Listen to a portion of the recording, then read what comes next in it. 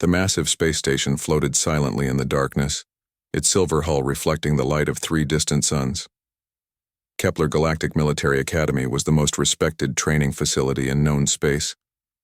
For 300 years, it had produced the galaxy's finest military officers using proven methods and absolute safety protocols. Commander Zethkar stood in his office overlooking the main training deck. His blue crystalline skin caught the artificial light as he reviewed the day's reports.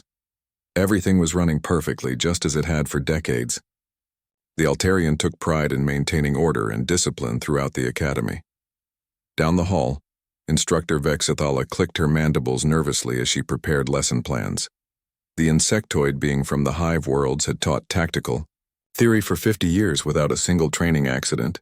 Her compound eyes reflected the data screens as she double-checked every safety protocol. In the chemistry lab, Professor Nilmoth drifted between workstations in his containment suit. The gaseous being from the nebula colonies supervised students, working with harmless synthetic compounds. Real dangerous materials were strictly forbidden in his classroom. Today would change everything. The transport ship arrived exactly on schedule, as all things did at Kepler Academy. But the beings who stepped off were unlike any students the instructors had seen before. They walked with a strange confidence, scanning their surroundings with alert eyes that seemed to see everything at once. Jake Martinez was the first human to exit the transport. The former Marine from Earth stood 6 feet tall with broad shoulders and calloused hands. His dark hair was cut military short, and he moved with the easy grace of someone used to danger. He looked around the pristine docking bay and frowned slightly. Lisa Wong followed close behind.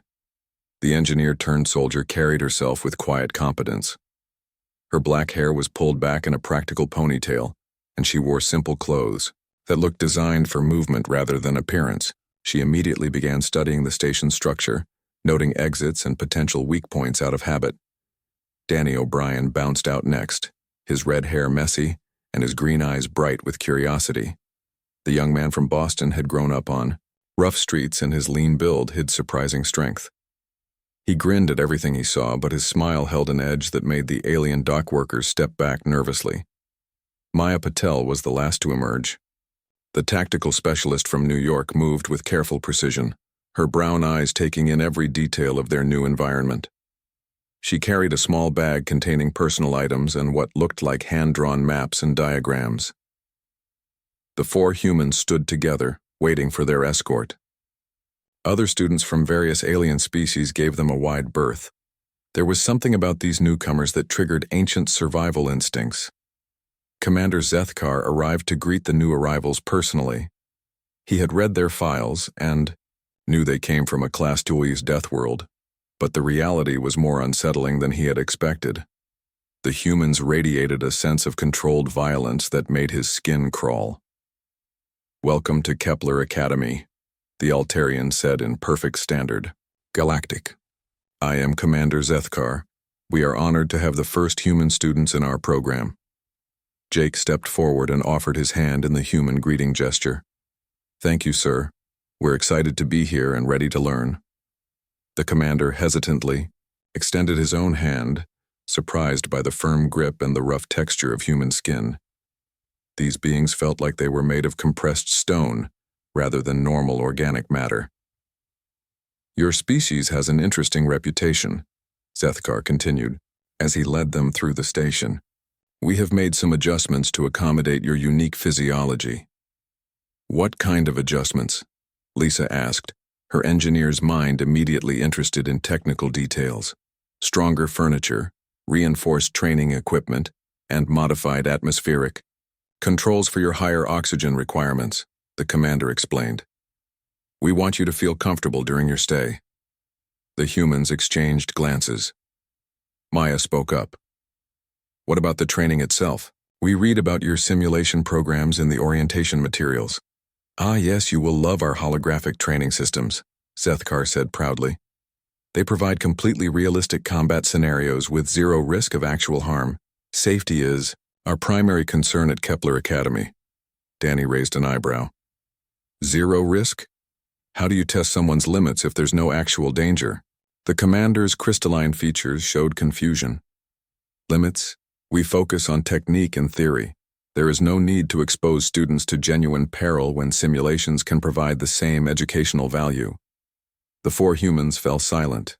They had been expecting something different from the galaxy's premier military academy. Where they came from, training without real stakes was just playing games. Professor Nilmoth met them at the training deck where new students received their first orientation. The gaseous being's translator device converted his chemical communications into audible speech. Welcome, human students. I have prepared a basic introduction to galactic military protocols. We will begin with fundamental safety procedures and emergency evacuation methods. Jake looked around the pristine training facility. Every surface was padded, every piece of equipment had multiple safety features, and warning signs covered every possible hazard. It looked more like a hospital than a military training ground. Professor, Jake said politely, where do you keep the live ammunition? Nilmoth's gaseous form flickered with alarm. Live ammunition? There is no live ammunition anywhere in the academy. All weapons training uses harmless energy projections and impact-dampening fields. Lisa frowned. How do students learn to handle equipment malfunctions or unexpected situations if everything is perfectly controlled? Malfunctions are prevented through proper maintenance, the professor replied. Unexpected situations are avoided through careful planning and risk assessment. Maya looked at the holographic training area where alien students practiced sword fighting against computer-generated opponents. The projections moved slowly and predictably, giving students plenty of time to react. Every student wore protective padding that covered their entire body. This looks like beginner-level training, she observed. When do they advance to more challenging exercises? Instructor Vexithala arrived to answer. Her insectoid voice carried a note of pride. What you see represents our most advanced combat simulation. It has been perfected over generations to provide maximum educational benefit with complete safety.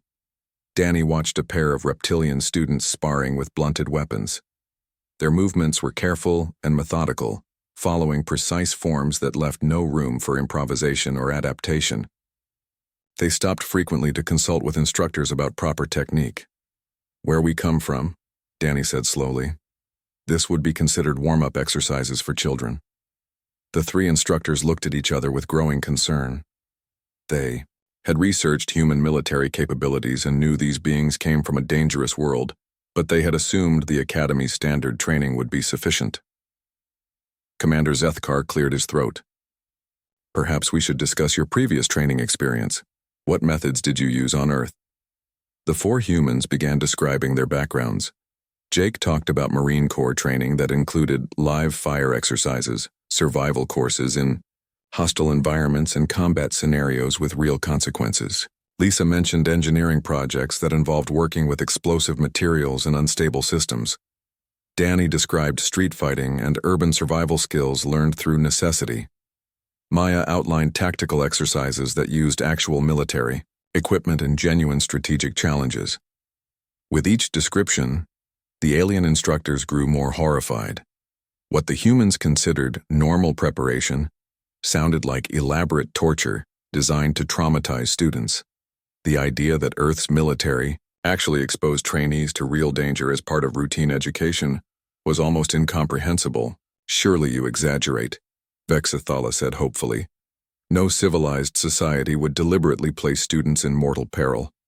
Maya shook her head. It's not about placing people in danger. It's about learning to handle danger when it finds you. In real combat, equipment fails, plans go wrong, and people get hurt. Training has to prepare you for that reality. The instructors realized they faced a serious problem. Their carefully designed, risk-free environment was not just inadequate for these human students. It was actively counterproductive. These beings needed challenge and genuine stakes to maintain their edge. As the orientation continued, the cultural gap became increasingly obvious. The humans tried to hide their disappointment, but their instructors could see that Kepler Academy's pride and joy looked like a child's playground to beings who had grown up on a world where everything was trying to kill them. The first day ended with more questions than answers. The humans settled into their quarters. politely thanking their hosts while privately wondering if they had made a mistake coming here. The instructors retreated to their offices, struggling to understand how they could possibly train students who considered their most dangerous exercises to be recreational activities. Change was coming to Kepler Academy, whether anyone was ready for it or not. 3 weeks had passed since the humans arrived at Kepler Academy. Each day brought the same routine of safe simulations and theoretical lectures. The 4 Earth students tried to stay positive, but their patience was wearing thin. Jake sat in his quarters, staring at the wall. Back home, Marine training never stopped pushing limits. Here, every exercise felt like playing a video game with the difficulty set to easy mode. He missed the weight of real equipment and the rush of genuine challenge. Down the hall, Lisa worked on homework assignments that seemed designed for someone half her age. The engineering problems were so simplified that they barely qualified as puzzles.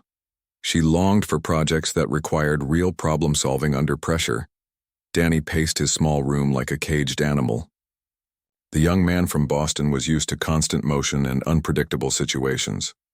The Academy's perfectly controlled environment made him feel trapped and restless. Maya reviewed tactical simulations on her personal device, shaking her head at the predictable scenarios. Every exercise followed the same pattern with no room for creativity or adaptation. Real combat was messy and chaotic, nothing like these sterile computer programs. That evening, the 4 humans met in the common area to discuss their situation. Other students from various alien species sat nearby, chatting quietly about their classes and assignments. The atmosphere was calm and peaceful, exactly what was driving the humans crazy. "I can't take much more of this," Jake said quietly. "Today's combat simulation moved so slowly I could have taken a nap between enemy attacks." Lisa nodded. "The engineering lab has safety locks on everything.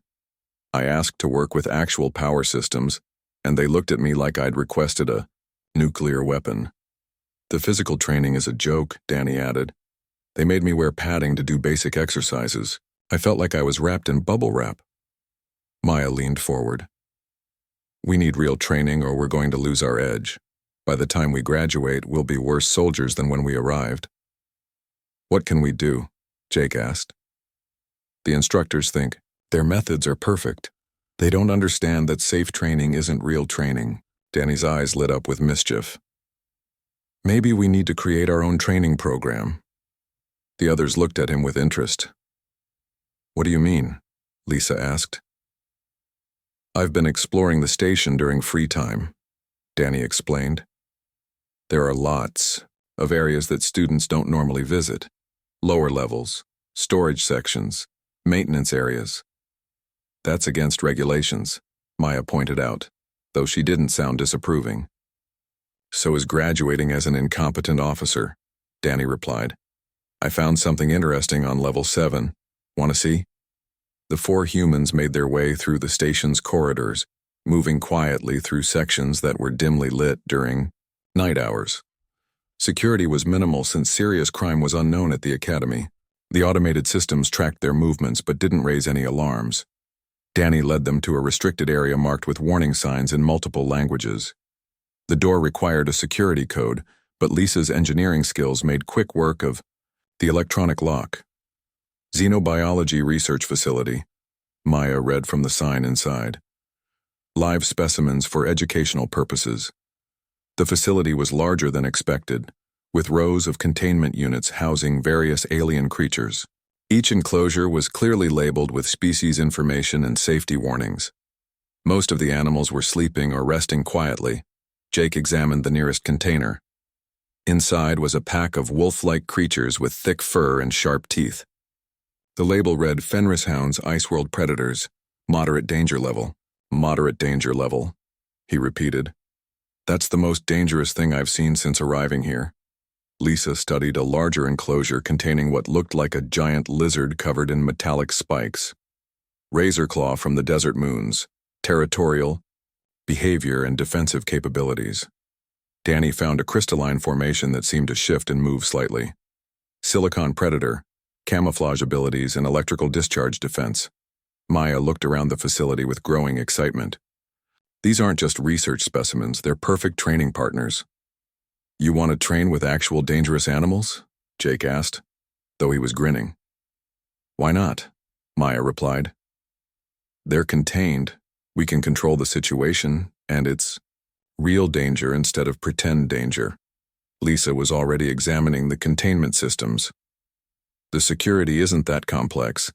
These enclosures are designed to keep curious students out, not determined ones in. This is definitely against regulations, Danny said cheerfully. I love it. They spent an hour planning their unauthorized training session.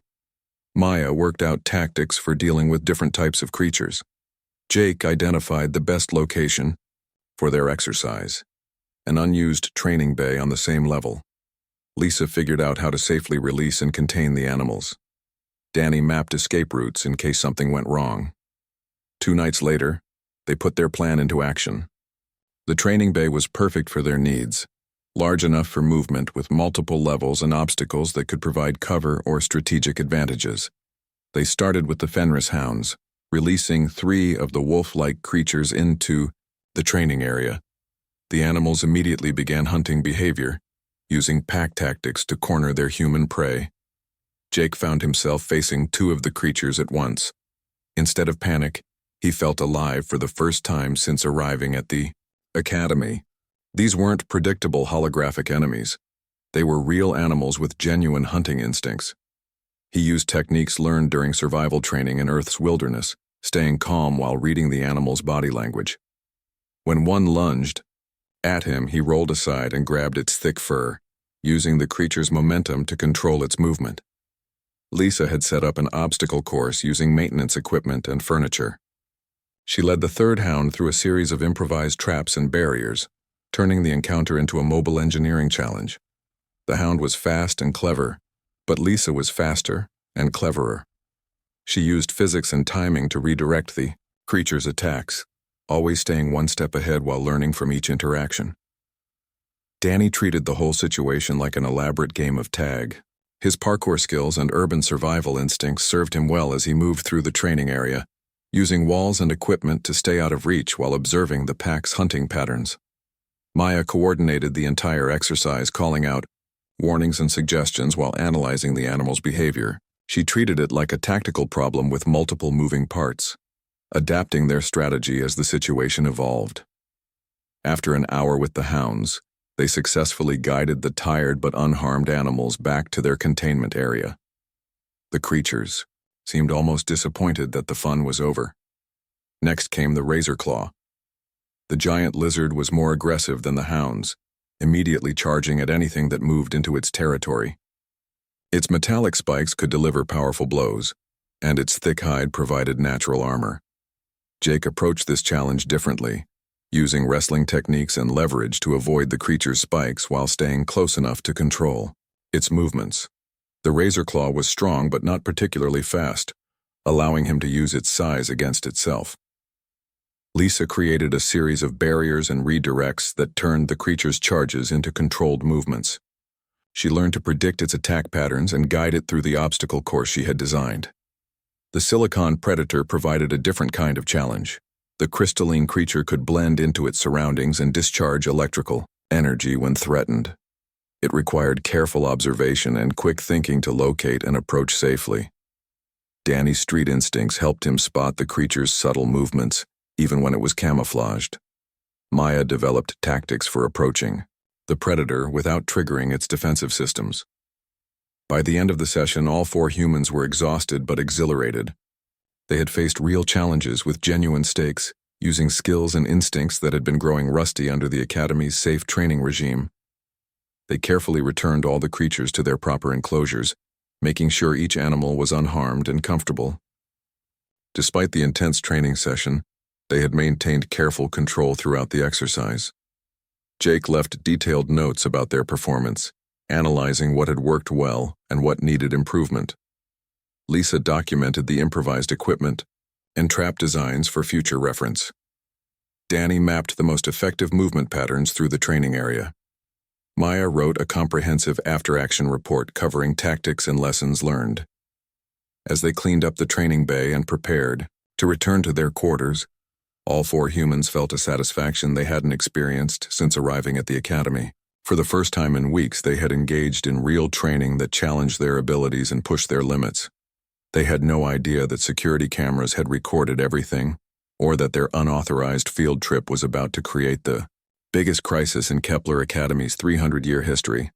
The humans returned to their quarters and fell into the best sleep they'd had since leaving Earth, dreaming of genuine challenges and real adventures.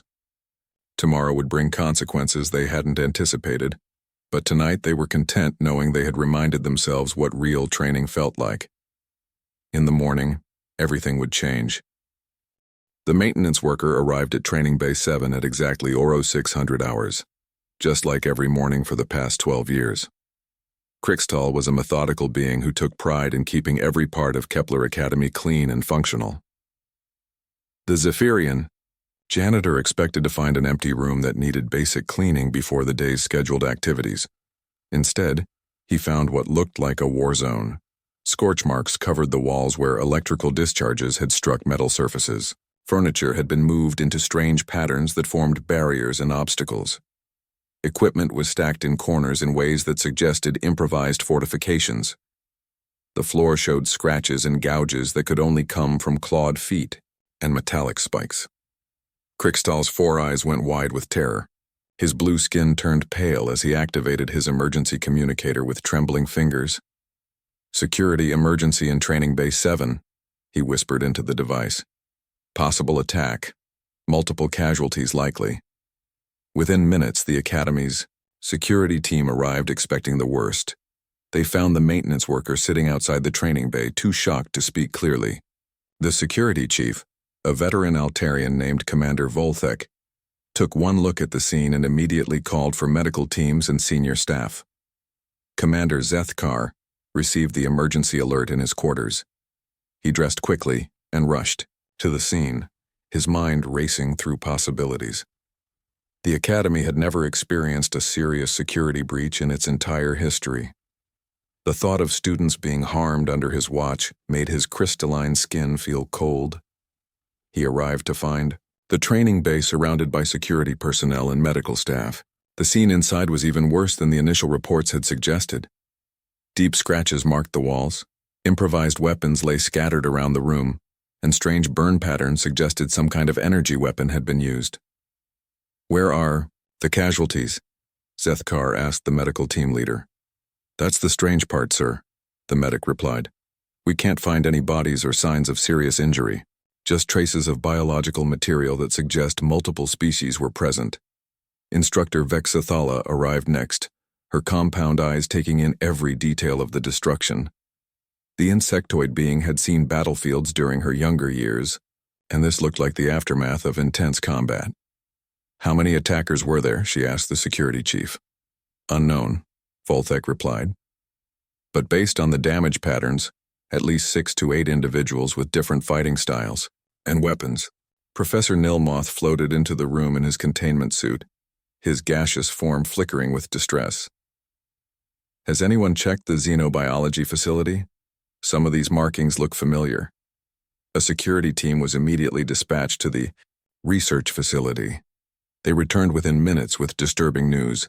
Several containment units had been opened and closed, though all the creatures were back in their proper enclosures. "The animals were released," the security officer reported, "but they're all accounted for and appear unharmed." The three instructors looked at each other with growing horror. Someone had deliberately released dangerous alien creatures and used them in what appeared to be some kind of combat training exercise. "Check the security recordings," Zethkar ordered. "I want to know exactly what happened here." The security team activated the bay's recording systems and began reviewing the previous night's footage. What they saw defied all logic and understanding. 4. Human students had entered the bay carrying alien creatures. Instead of being attacked and killed, the humans appeared to be training with the animals in some kind of elaborate exercise.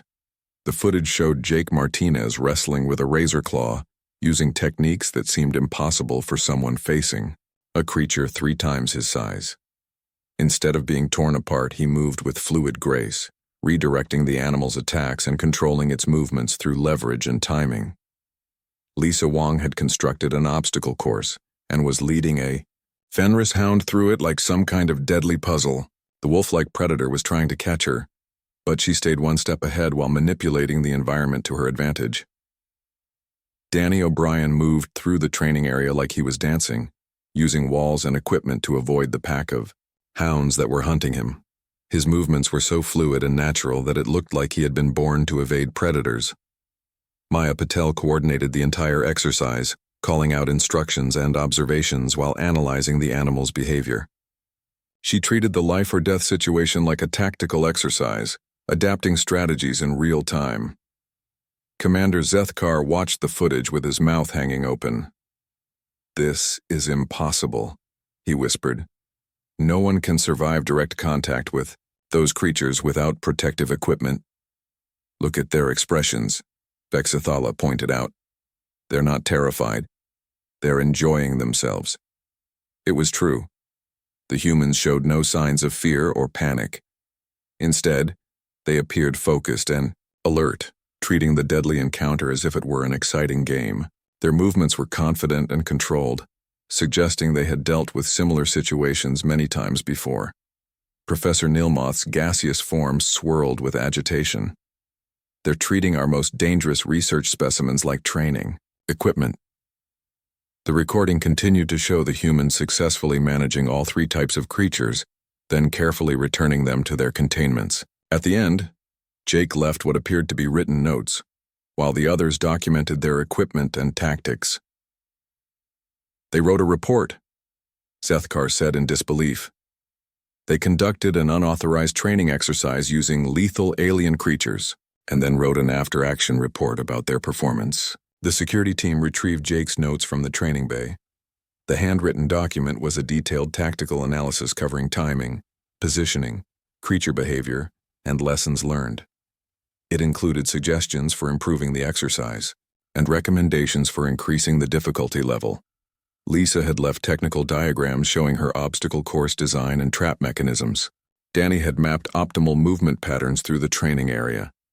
Maya had written a comprehensive strategic analysis of different approaches to handling multiple simultaneous threats. The three instructors read the reports with growing amazement and horror.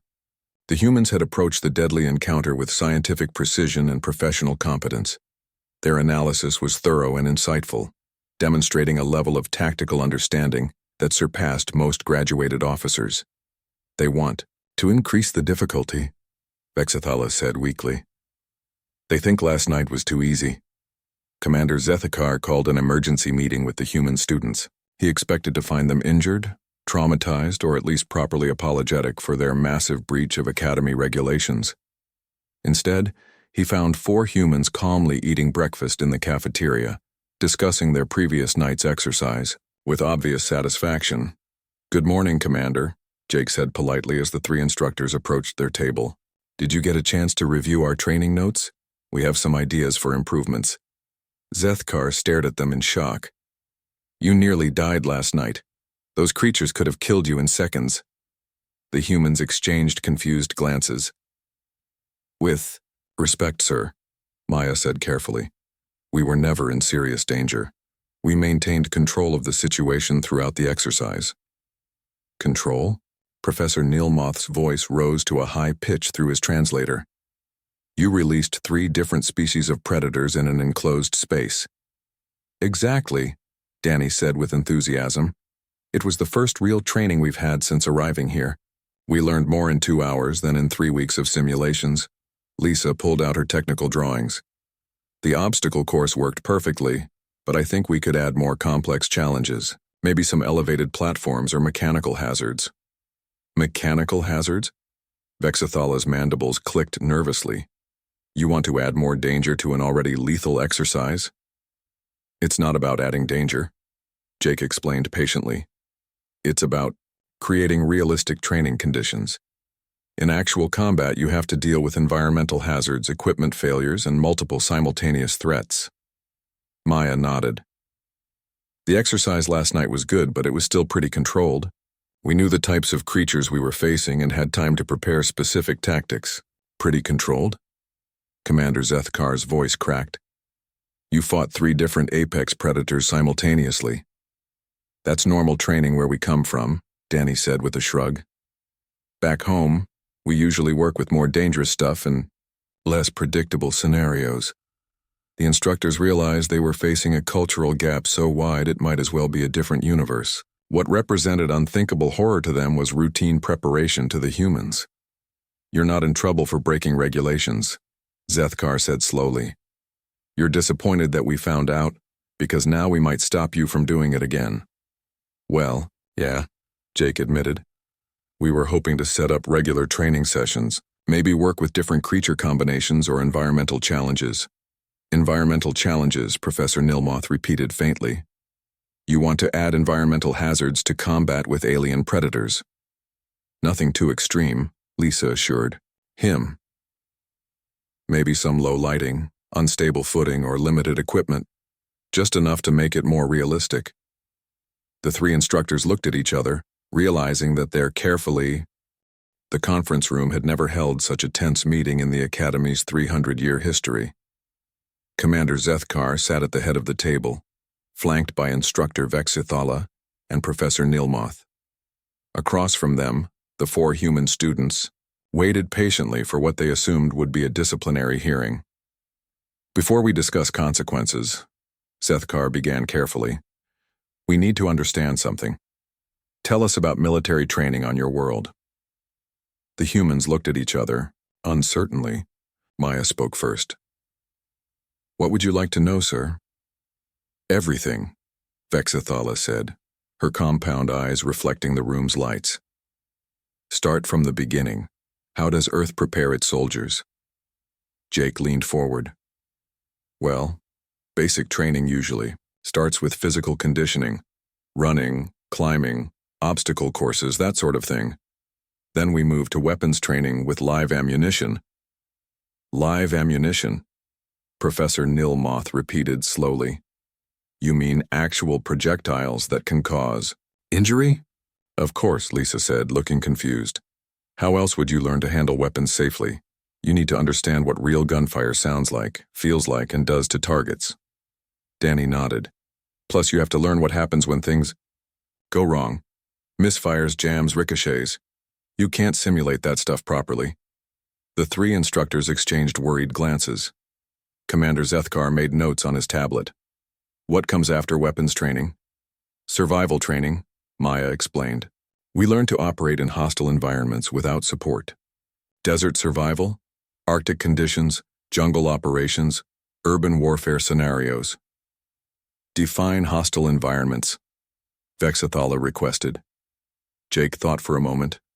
"Places that can kill you if you make mistakes. Extreme temperatures, dangerous wildlife, limited food and water, unstable terrain. They put you in environments that can kill you?" Professor Nilmoth's gaseous form flickered with alarm. "On purpose?" "That's the point," Lisa said patiently. "In real combat you might end up anywhere.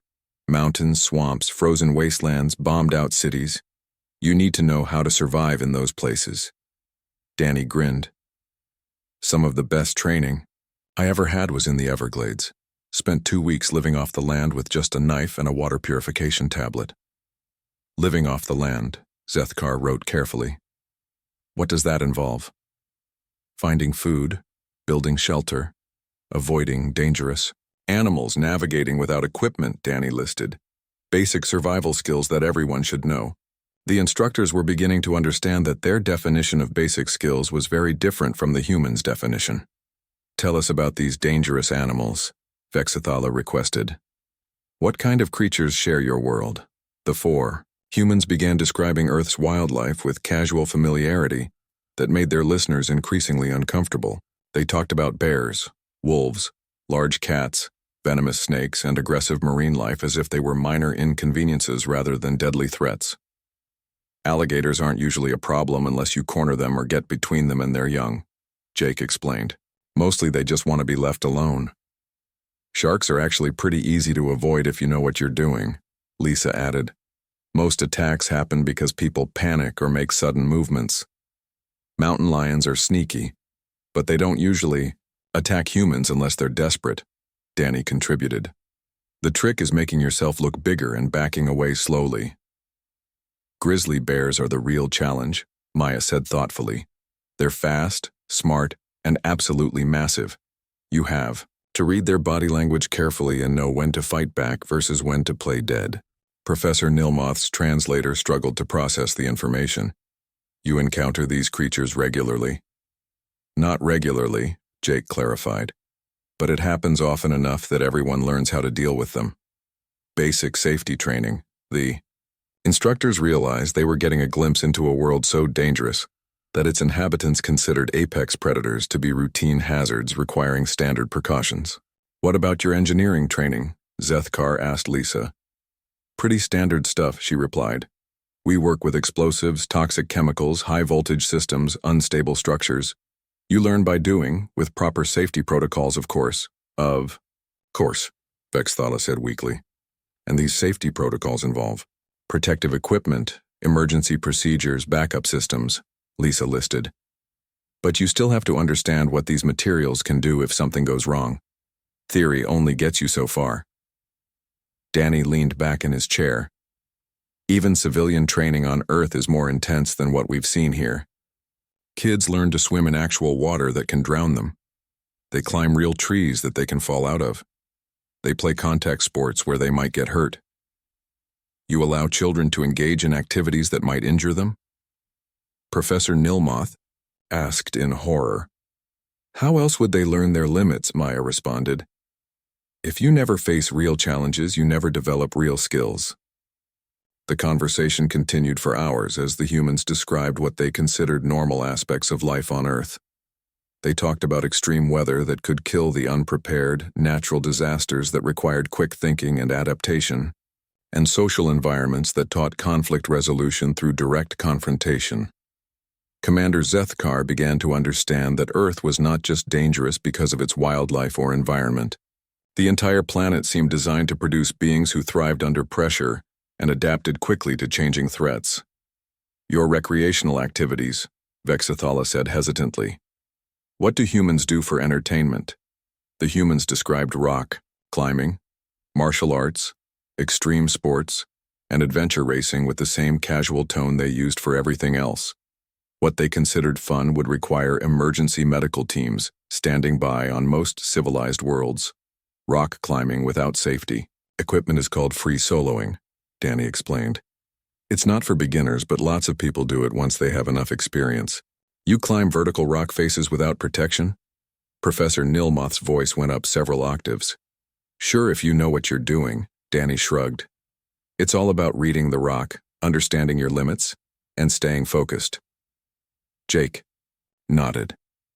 Mixed martial arts is popular too. Full contact fighting with minimal rules. Good way to stay in shape and learn practical combat skills. You fight each other for recreation? Zethkar asked. Controlled fighting, Maya corrected. There are referees and safety measures, but yes, physical competition is how we test ourselves and improve our abilities. Lisa mentioned that she enjoyed cave diving, which involved swimming through underwater. Caverns where getting lost meant drowning. She described it as relaxing and meditative. The instructors were beginning to realize that their academy's most extreme safety measures would barely qualify as basic precautions on Earth. What they considered unthinkable risks were daily realities for a species that had evolved on a world where everything was trying to kill them. Help us understand your perspective, Commander Zethkar said finally. How do you view our training methods here? The humans looked uncomfortable, clearly not wanting to offend their hosts. The simulations are very well designed, Maya said, diplomatically. But they're too predictable. In real situations, equipment fails, plans change, and unexpected things happen. The safety measures make sense for most species, Jake added carefully. But they prevent us from learning to handle actual danger. We're getting weaker instead of stronger. Lisa nodded. It's like trying to learn swimming without water. You can memorize all the techniques, but until you're actually in danger of drowning, you don't really know if you can swim. We need stress, uncertainty, and real consequences to maintain our edge, Danny explained. Otherwise, we lose the skills that kept us alive on Earth. The instructors sat in silence, processing what they had learned. These humans were not recklessly endangering themselves for thrills. They were desperately trying to maintain abilities that were literally necessary for their survival. Your unauthorized training session, Vexthala said slowly. You weren't breaking rules to cause trouble. We were trying to stay competent, Maya confirmed. In a few months, we'll graduate and serve in real military situations. If we've lost our edge because training was too safe, people could die. Commander Zethkar understood the dilemma. The Academy's methods were designed to keep students safe while teaching them theory and technique. But for beings from a death, world safety itself was dangerous. What would proper training look like for your species, he asked. The humans exchanged glances before Jake answered. Controlled danger instead of no danger. Real consequences for mistakes, but with safety nets to prevent permanent harm. Equipment that can fail, environments that change, opponents that don't follow predictable patterns, Lisa added. Training that pushes us to our actual limits instead of arbitrary safety boundaries, Danny contributed. Exercises that require real adaptation and problem-solving under pressure, Maya finished. Professor Neilmoth's form swirled thoughtfully. You're asking us to deliberately put you in harm's way. We're asking you to help us stay alive. Jake corrected. Safe training might protect us here, but it will get us killed out there. The meeting ended with more questions than answers, but the instructors finally understood what they were dealing with. These humans were not problem students who needed to be controlled. They were highly capable. 6 months had passed since the emergency meeting that changed everything at Kepler Academy. The gleaming station still orbited Zentara Prime, but inside its halls, a revolution in military education was taking place. Commander Zethkar stood in the newly constructed training facility, watching human students work through exercises that would have been unthinkable under the old system. The Altarian commander had spent countless hours consulting with galactic education authorities, safety organizations, and legal experts to create what they now called the Adaptive Risk Training Protocol. The new facility occupied an entire section of the station. Unlike the sterile, padded training areas of the past, this space featured variable environments, unpredictable obstacles, and equipment that could malfunction in controlled ways. Most importantly, it housed an expanded xenobiology research center, where carefully selected creatures served as training partners under strict supervision. Jake Martinez moved through an obstacle course while being hunted by a pack of Fenris hounds. The wolf-like creatures had learned to work with human students over the months, providing genuine challenge without lethal intent. Jake's movements were fluid and confident as he used the environment to stay ahead of his pursuers while completing tactical objectives. Excellent form, called out Instructor Vexthala from the observation deck. The insectoid being had become an unexpected convert to human training methods after witnessing their effectiveness firsthand. She now served as the primary coordinator for the new program. Nearby, Lisa Wong worked in an engineering lab where systems could actually fail and equipment operated at realistic power levels. She wore protective gear appropriate for the genuine hazards she faced, but the challenges were real rather than simulated. Her current project involved repairing a damaged power coupling while dealing with electrical surges and time pressure.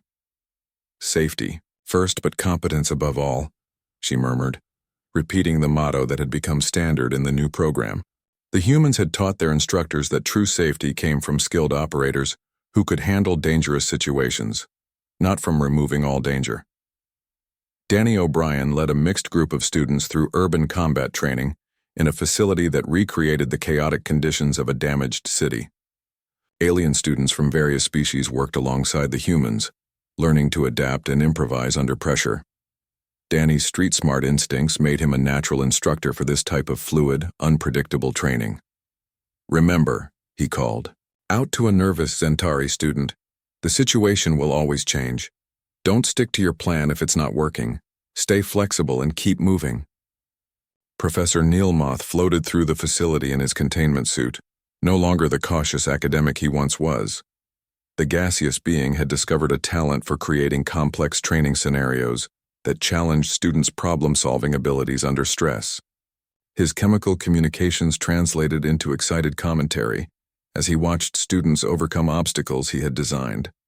Maya Patel stood in the Academy's new command center, coordinating multiple training exercises simultaneously.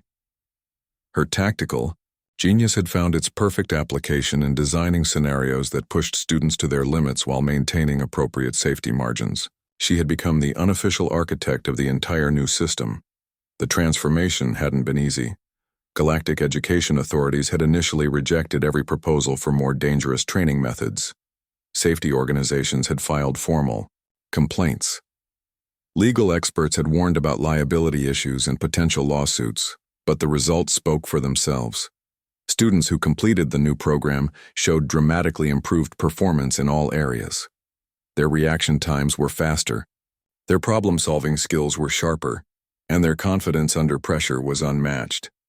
Even more importantly, they were better prepared for the unpredictable realities of actual military service. Word of the Academy's innovations had spread throughout the galaxy. Other military institutions sent observers to study the new methods. Some even requested consultations on adapting the protocols for their own students. Commander Zethkar received regular reports from graduates who had gone on to serve in various galactic military units. The feedback was consistently positive. Human-trained officers were quickly gaining reputations as problem solvers who remained calm in crisis situations.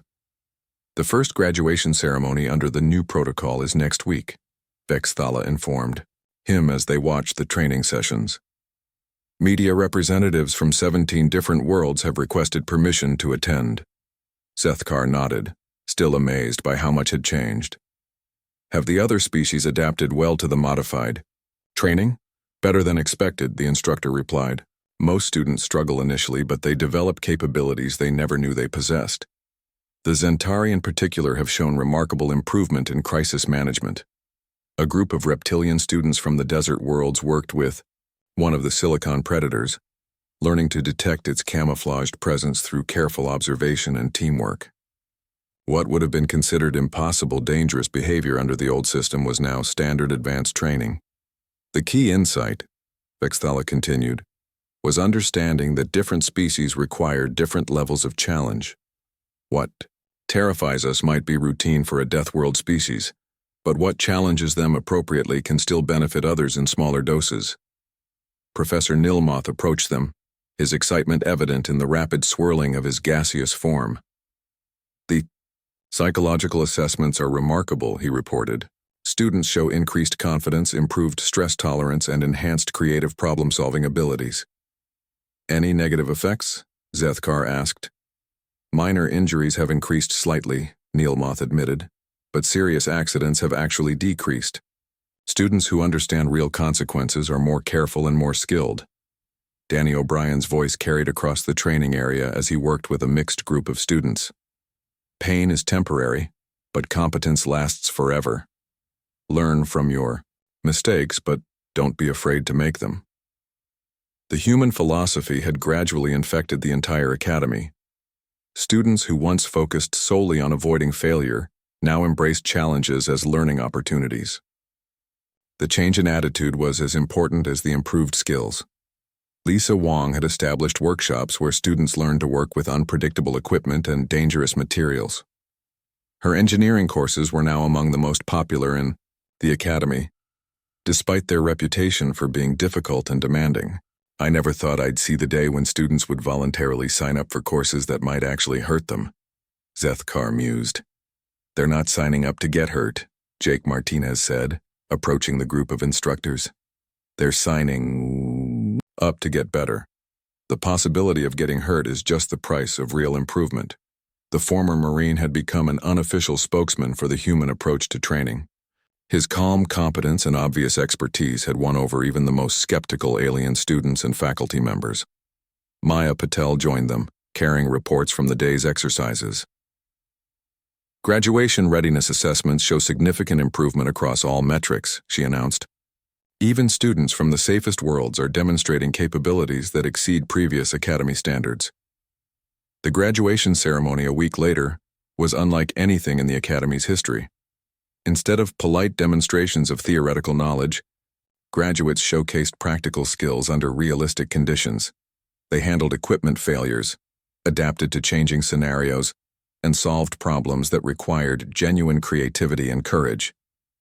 Representatives from military, Organizations throughout the galaxy watched in amazement as students who had once been considered fragile or overly cautious demonstrated competence that rivaled seasoned veterans. Commander Zethkar delivered the graduation address to the largest audience in Academy history. For 3 centuries, this institution has focused on keeping students safe while teaching them theory and technique, he began. We have learned that true safety comes not from avoiding all danger, but from developing the skills to handle danger competently. He looked out at the graduating class, which included the 4 humans who had started the revolution.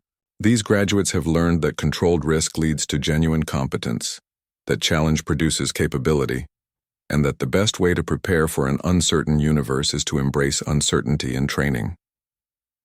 The ceremony concluded with demonstrations that would have been considered impossible under the old system. Students worked with live alien creatures, operated dangerous equipment, and solved tactical problems under genuine pressure. What had once been unthinkable was now the new standard.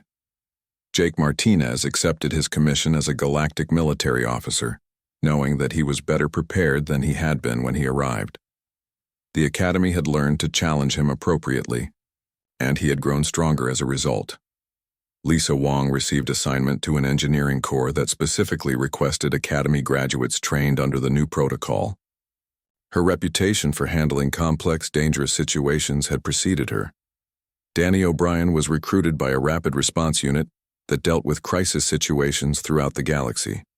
His ability to adapt quickly and think creatively under pressure made him an ideal candidate.